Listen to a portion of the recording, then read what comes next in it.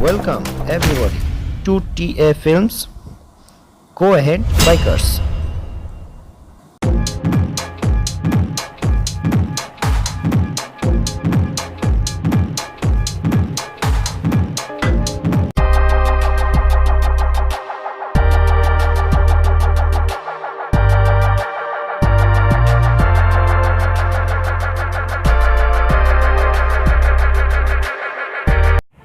Hello, আসসালামু আলাইকুম। সবাই কেমন আছেন? আশা করি সবাই ভালোই আছেন। তো বন্ধুরা, আজকে মূলত আমি যে ব্লগটি করছি এটি আমার fzsv ভার্সন 3 বাইকটির টপ স্পিড নিয়ে মূলত। তো টপ স্পিড বিষয়ক যে ব্লগটি করব এটি দেখতে অবশ্যই চোখ রাখবেন আমার এই আজকের নতুন ব্লগটিতে। তো সবাইকে ধন্যবাদ। দেখতে হলো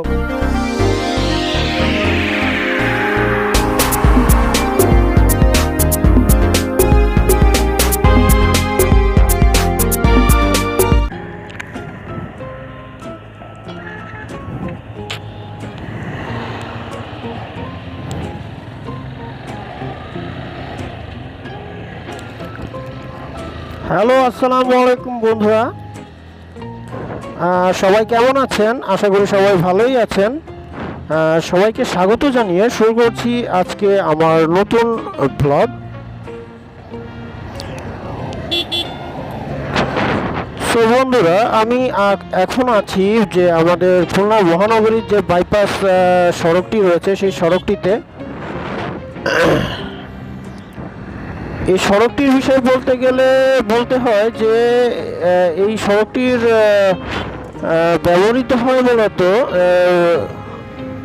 বিভিন্ন ধরনের ভারী ভারী যে ট্রাকগুলো রয়েছে, শুধুমাত্র এইগুলা বহনের জন্যই আসলে এই রাস্তাটি বেশি ব্যবহৃত হয়ে থাকে।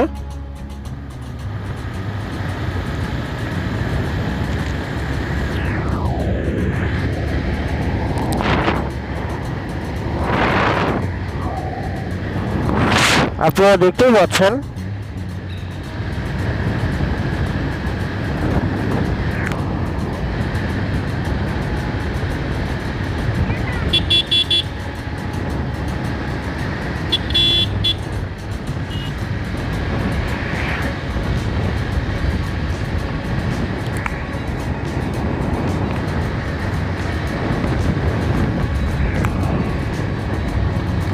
আপনারা বন্ধুরা লক্ষ্য করলেই বুঝতে পারবেন যে রাস্তাটির সাথে যে গাছপালা, যে সবুজ অরণ্য ঘেরা রয়েছে সেটি কত সুন্দর আসলে দেখতে, সেটা আপনারা বুঝতেই পারছেন।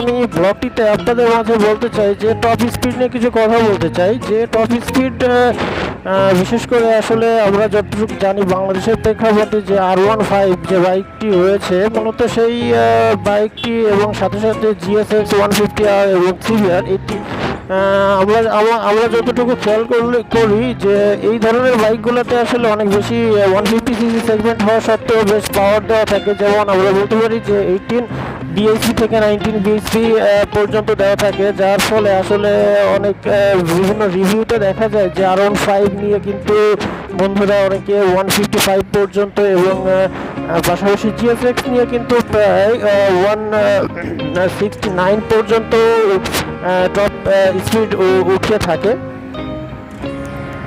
এবং তার পাশাপাশি কিন্তু CBRও কিন্তু বেশ ভালোই গতি উঠাতে সক্ষম একটি বাইক।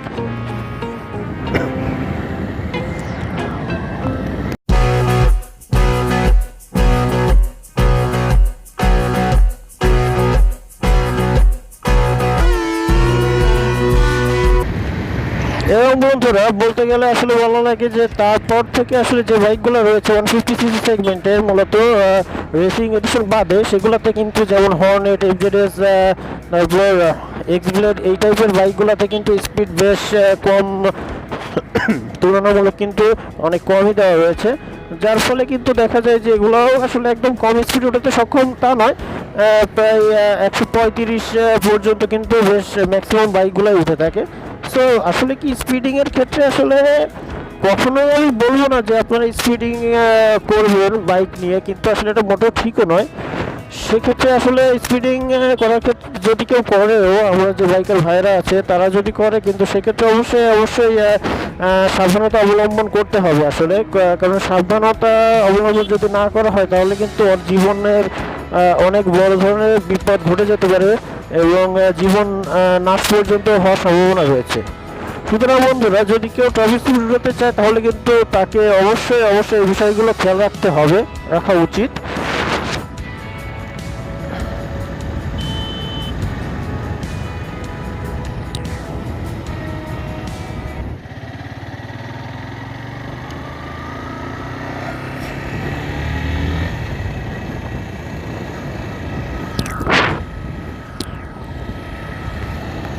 ফ্রেন্ড, আপনারা সবাই জানেন যে আমি মূলত ব্যবহার করে আমার এই ইয়ামাহা এফজেডএস ভার্সন 3 বাইকটি। সো এখনও পর্যন্ত বাইকটি কেনার পরে আসলে ওইভাবে টপ স্পিড ওঠানো হয়নি এখনও মূলত। সো আমরা আজকে এই ব্লগটিতে একটু চেষ্টা করে দেখতে পারি যে কি অবস্থা বা কত ওঠানো যায়। সো দেখতে হলে অবশ্যই চোখ রাখবেন টিএফ ফিল্মসের এই আজকের ব্লগটিতে।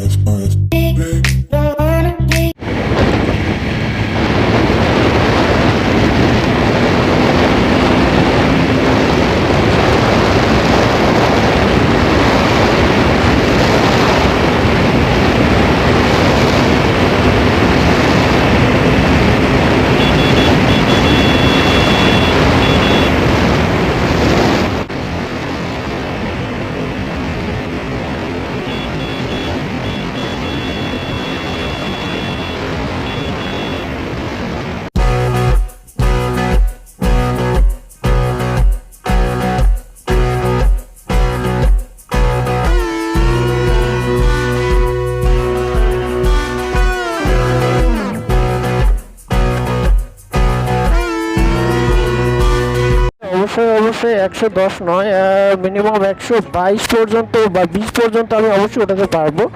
সো এটি দেখতে হলে নেক্সট ব্লগে অবশ্যই চোখ রাখবেন ইনশাআল্লাহ।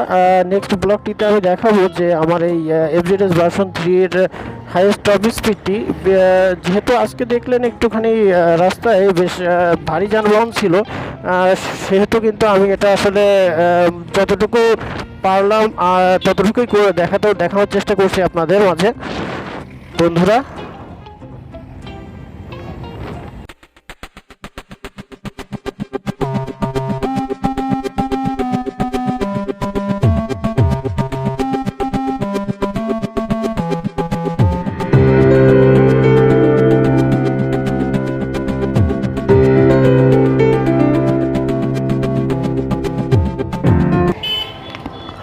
বন্ধুরা আপনাদের একটি কথা বলতে চাই যে কখনোই আসলে যদি আমি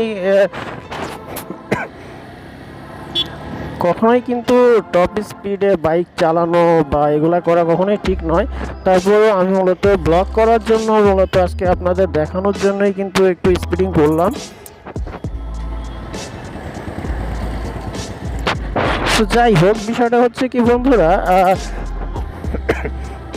আপনারা যদি কখনো টপ স্পিডে ওঠাতে চান বা আপনারা যদি অনেক বেশি স্পিডিং করে বাইক চালাতে পছন্দ করেন, তাহলে আমি আপনাদের বলবো যে অবশ্যই কিন্তু বন্ধুরা পর্যাপ্ত পরিমাণ সেফটি গিয়ার্স পরবেন এবং অবশ্যই হেলমেট পরবেন।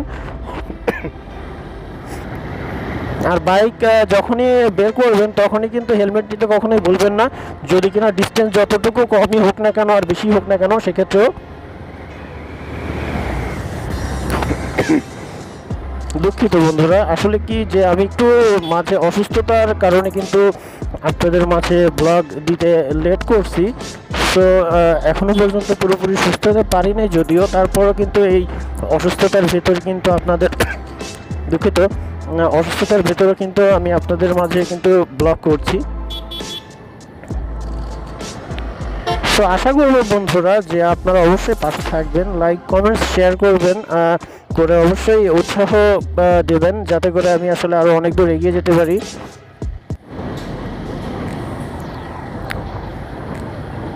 ও আর বন্ধুরা, যেটা বলছিলাম যে মূলত যে সেগমেন্টের কথাগুলো বলছিলাম যে 150cc সেগমেন্টের মূলত আমি যতটুকু আপনাদের একটি ধারণা দিতে পারি, ধারণাটি হলো এমন যে বন্ধুরা, মূলত আমরা যখন দেখি যে স্পোর্টস সেগমেন্টের বাইকগুলোর দিকে যখন নজর যায় তখন কিন্তু আমরা দেখতে পারি যে সেগুলাতে কিন্তু সকল ইঞ্জিন পাওয়ার, performance, horse power, BHP, torque এইগুলা কিন্তু বেশ বেশি লক্ষ্য করা যায়, আমরা লক্ষ্য করতে পারি এগুলো বেশি। কিন্তু আবার অন্যদিকে যেগুলো আসলে কমিউটার টাইপের যে বাইকগুলো রয়েছে সেগুলোতে কিন্তু আসলে কোম্পানি থেকেই আসলে এগুলোর পাওয়ার বা এতটা দেওয়া হয় না, যেমন R15, যা আগেই যা বলছিলাম R15 সিভিআর বা GSXR এর মতো।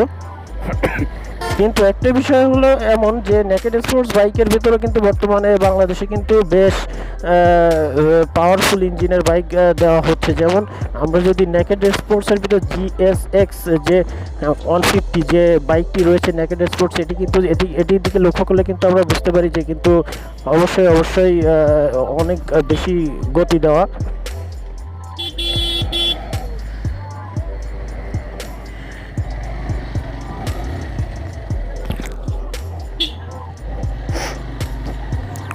তো বন্ধুরা, আমি আশা করবো যে আপনারা আসলে বাইক যখন কিনবেন, যখন কেনার জন্য মন স্থির করবেন তখন কিন্তু বিষয়টা অনেক চিন্তাভাবনার মাধ্যমে সেটা কেনার চেষ্টা করবেন। কারণ কি যে বাইক কিন্তু আসলে হয় কি যে আমরা কিন্তু প্রতিদিন কিনবো না এমনটা নয়, আসলে যে কিনবো এমনটা নয়। সো আপনারা সেদিকটা লক্ষ্য রেখে কিন্তু অবশ্যই একটু চিন্তাভাবনা করে আপনাদের যে সেগমেন্টটি পছন্দ সেই সেগমেন্টের বাইকটি কিন্তু আপনারা অবশ্যই নেবেন। সো বন্ধুরা, আশা করি আপনারা বুঝতে পেরেছেন। আর অবশ্যই আমার চ্যানেলটিকে সাবস্ক্রাইব করবেন বন্ধুরা, এবং আপনাদের যে কথাগুলো রয়েছে মনে সেগুলোকে অবশ্যই কমেন্টসে আমার সাথে শেয়ার করবেন। তো আজকের মতো ভিডিওটি এখানে শেষ করি, পরবর্তীতে অবশ্যই ইনশাআল্লাহ খুব দ্রুতই ফেরার কাছ থেকে এই বলে আজকে বিদায় নিচ্ছি। আল্লাহ হাফেজ।